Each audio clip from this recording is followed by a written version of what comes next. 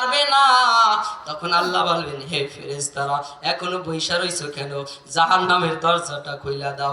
এ বাবা, একটা না দুইটা নয়, আল্লাহ নবী বলেন বেনামাজির জন্য, গুনাহগারের জন্য 70 থেকে 99টা সব এসে কবরের মধ্যে ভরে যাবে।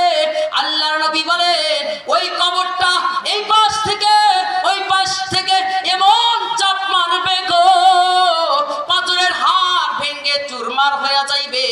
ওই কবরের মধ্যে মাও দেখবে না, বাবাও দেখবে না, সবাই এসে সবাই ঘরে বাতি জ্বালাইবে। ও গুনাহ করনেওয়ালারা, যারা গুনাহ করো বা দাড়ি পাইকে গেছে, এখনো গুনাহ ছাড়তে পারো না, আর কবে গুনাহ ছাড়বা? মনে করো যে আমি আরো বাঁচবো 10 বছর, এই গ্যারান্টি তোমাকে কে দিয়েছে? কে দিয়েছে? এই মাহফিল থেকে যে আমি যাইতে পারবো এই গ্যারান্টি নাই আমার কাছে। তুমি যে যাইতে পারবা তোমার কাছে নাই। ওই কবরে যাইয়া কি বলবা?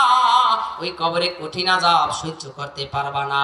আল্লাহ তাআলা ওই কিয়ামতের ময়দানে যেই আযাব রাখছেন, জাহান্নাম হালমিম মাজিদ বলে বলে বান্দার দিকে আসতে চাবে, ওই কঠিন আযাব সহ্য করতে পারবা না।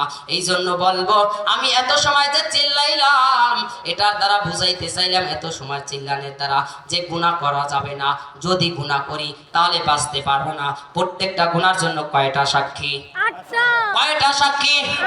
আজকে থেকে কে কে ওয়াদা করতে পারবেন যে হুজুর কোরআন থেকে আল্লাহ বলছেন যে 8টা গুনাহ, 8 গুনাহের জন্য, প্রত্যেকটা গুনার জন্য 8টা সাক্ষী দাঁড়াইয়া যাবে, তাহলে আর গুনাহ করব না। যদি আমি গুনাহ করি আমার বিরুদ্ধে 8টা সাক্ষী দাঁড়াইয়া যাবে। গুনাহ করে বাঁচার সিস্টেম আছে? আছে? গুনাহ করে বাঁচতে পারবেন? তাহলে আজকে থেকে আর গুনাহ করবেন না। কে কে একটু হাতটা দেখান তো আল্লাহকে। নারায়ে তাকবীর, নারায়ে তাকবীর। আল্লাহ তাআলা যে কথা